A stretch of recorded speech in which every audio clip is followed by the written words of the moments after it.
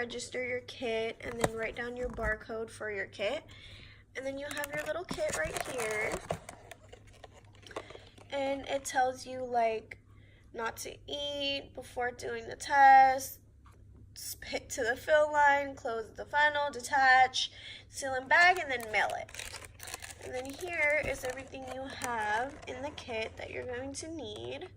So that's for your saliva sample. And everything else, I'm not sure what that liquid does. But yeah, I'm going to go ahead and do this and get back to you guys. Alright, so now I got my sample inside the bag. I followed every single instruction. Now I just have to seal the box, pop it in the mail, and we should hear back in a few weeks. I'll let you know by then. 2 weeks later. Hey everybody, welcome back to our channel. So today I'm going to be doing the results to my 23&Me DNA test. As you've seen in the last video, I did receive it as a gift from my husband for my birthday. So it was pretty exciting. I was really anxious to hear back with the results, and now that I have them, I'm super excited to share with all of you. Okay, so first, I have to log on, and right as soon as you pop up on the 23&Me website, it will show you on top home, ancestry, health, profile, etc., etc. So I'm going to go ahead and click the ancestry part. And it says that I am 21.8% British and Irish, specifically from London, like the greater part of London in the UK. I didn't even know my ancestry had British in them. My whole life I've been told that I'm just Italian, Mexican, and a bunch of little bits and pieces here and there. I knew a good majority of these things. I didn't know for sure if I actually had each of these ethnicities from my family, so it was really interesting to learn that. But I think the one that caught me off guard the most is that I'm 21.8% British. Who would have thought, you know? And then 3.8% French and German. Specifically right here it says from Switzerland is where they found traces of my DNA of ancestry, which is pretty cool. It says French and German people descend from ancient Alpine, Celtic, and Germanic populations and inhabit an area extending from Netherlands to Austria. Wow, I didn't know that. Genetically and geographically, the French and Germans are the heart of Europe. So basically, I'm at 80% European, which is as to be expected. Scrolling down, it says I'm Scandinavian, 8.2%. That I knew because my maternal grandma said that she had Scandinavian genes. So it was kind of interesting to learn that I actually had inherited a really big chunk of that. 8.2% is a really big number. So let's go ahead and keep scrolling down. Greek, 0.1%, Spanish and Portuguese. Broadly Southern European, that includes Iberian, Italian, and Balkan peninsulas. So for this part, knowing my family, that 13.3% for me in my case is Italian. I was pretty upset when I first seen these results because I didn't see that part of the Italian. I thought that I was 0%, and the reason why I would have been upset about not being Italian, if it would have said that on here, is because of the fact that my family has Italian traditions, and they told me that we are Italian, so I would have been like, Are you my family? It's good to see that 13.3% of me is Italian. Scrolling down, Jewish, and it says broadly European.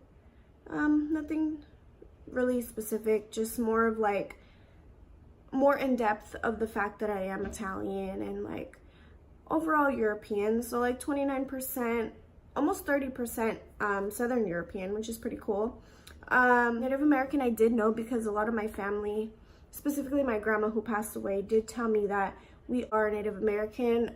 Again, I wanted to do this, one, for the health reasons, to make sure I am not a carrier of any disease to my son, first off. Second off, I also did this because I wanted to get in more in depth of like who I am and, You know, I was always telling people I'm this, I'm that, I'm Italian, I'm Mexican, I'm German, Irish, blah, blah, blah, because that's what's been told to me my whole life. So it was pretty interesting to like learn the specifics of what I am. So Native American, they have not given me a tribe yet, a specific tribe, but if my family is correct, my grandma and my dad told me that it would be linked to the Cherokee tribe.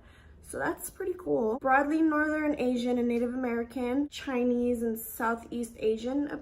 And Southeast Asian, I'm 0.3%. They find like I guess in everybody's DNA, they find like traces of ancestry, like where more in depth you're from.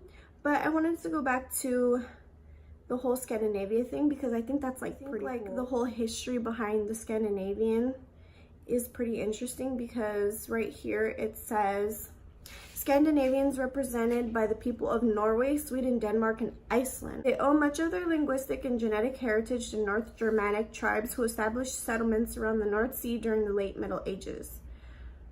Many Scandinavians, like the Sami, I'm not sure if I'm saying that right, people in the far north are descendants of early Scandinavian hunters and gatherers. Wow, like that's crazy. In the United States, Scandinavian ancestry is more common in North Dakota. That's something I did not know. It's also pretty cool about the 23&Me website is that you're able to like see Airbnbs in this place, like for example Scandinavia, and travel options, which is pretty cool, you know.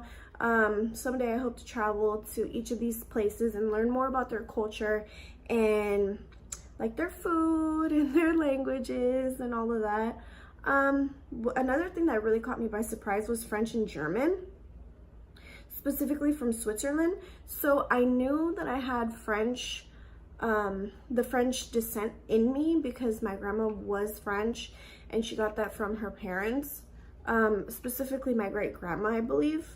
But it really kind of shocked me to know that I was specifically Switzerland. Says French and German people descend from ancient Alpines. What I also like about this website is that it tells you DNA relatives and how many relatives that you have and like who's distant and how much percentage of DNA that you actually share with this person. And sometimes you're allowed to see their DNA genetic results as well, which is pretty cool. There's options to message them on the top. I found my second cousin on here, which is pretty awesome. It tells you like little fun facts like about getting to know your relatives. Like this one's kind of weird, like 97% more likely to have 2 different sized feet. Some of your relatives have Spanish and Portuguese ancestry, which is pretty cool. And then you scroll down, it says maternal haplogroup. So yeah, guys, this is something to do for fun. I'm not sure how accurate it is. People do give mixed results. But for me, it's pretty spot on, I would say. And it was something fun to do and learn more about my culture and where I come from and where my family comes from. So I do recommend doing one if you want to. So yeah, thank you for watching our video. Please give this video a thumbs up and subscribe and turn on that post bell. See you next video. Bye.